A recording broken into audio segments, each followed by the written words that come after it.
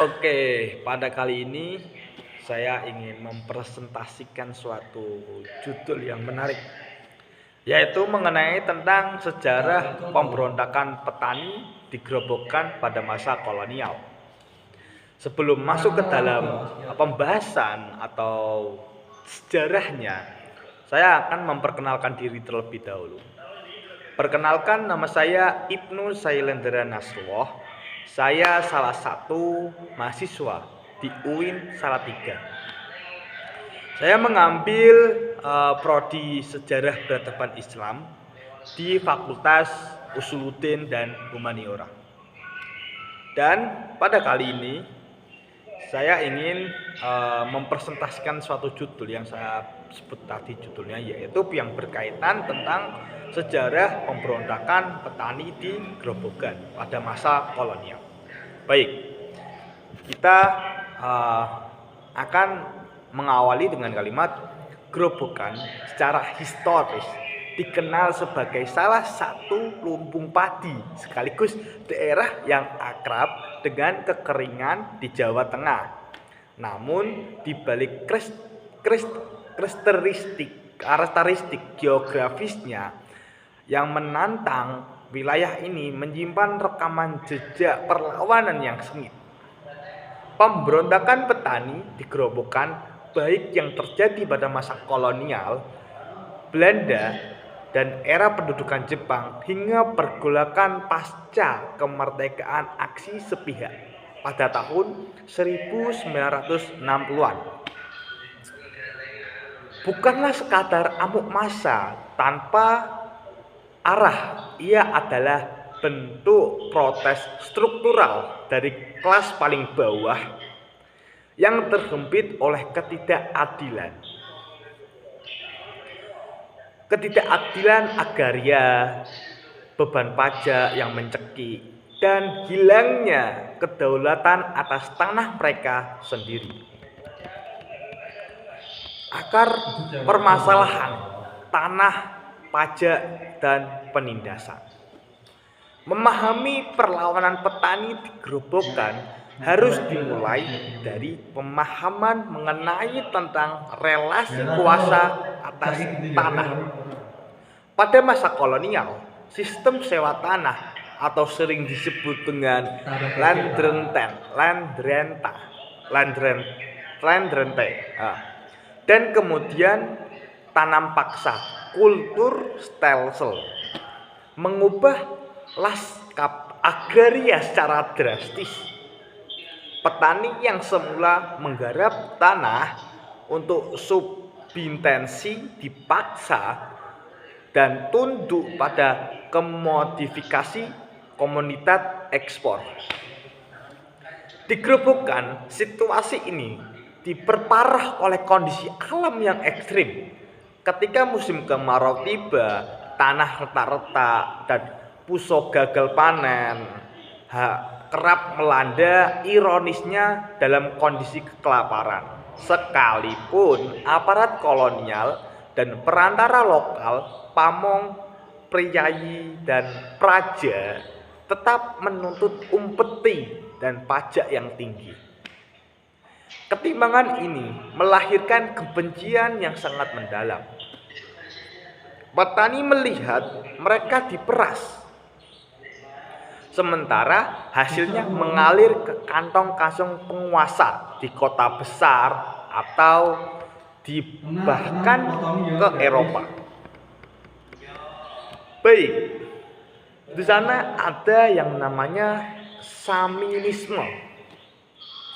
Saminisme ialah suatu nama, yaitu yang mengetuai pemberontakan pertama yang bernama, kalau tidak salah, Samin.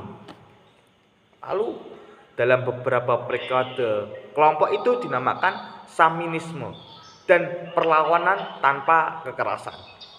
Sebelum meletusnya pemberontakan fisik yang masif di Grobogan, wilayah sekitar seperti Blora dan Pati merupakan persamaan gerakan Saminisme dipelopori oleh Samin Surosantiko pada akhir abad ke-19 atau bisa disebut dengan awal abad ke-20. Gerakan ini adalah bentuk pasif resistance atau perlawanan tanpa kekerasan yang sangat merepotkan pemerintahan Hindia Belanda.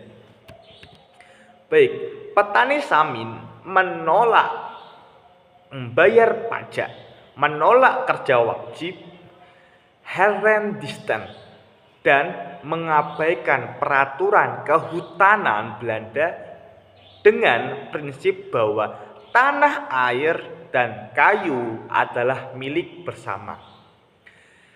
Gerakan kultural ini menjadikan bukti bahwa petani gerobokan memiliki kesadaran yang kritis, yang tinggi, dan eksploitasi. Ketika saluran perlawanan damai ini terus ditekan dan ditangkap pimpinannya, sumbu kemarahan petani mulai bergeser ke arah lebih radikal. Eskalasi radikalisme dan aksi sepihak. Memasuki abad ke-20, dinamika politik modern mulai masuk ke pedesaan gerobokan. Organisasi-organisasi radikal kiri mengeksploitasi penderitaan petani dengan menawar janji reformasi agraria. Puncaknya terjadi pada dekade 1960-an, menjelaskan peristiwa KUP 1965. Undang-Undang Pokok Agraria Upah tahun 1960 menjanjikan redistribusi tanah dan kunjungan terrealisasi dengan cepat karena dihambat oleh para tuan tanah lokal dan birokrat daerah. Frustasi dengan kelambatan ini, organisasi petani lokal melancarkan apa yang disebut sebagai aksi sepihak.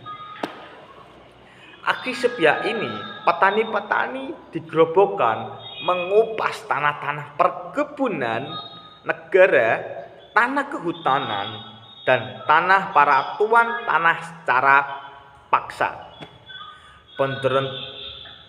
Pemberontakan fisik pun tak terhindari antara petani cengkeh,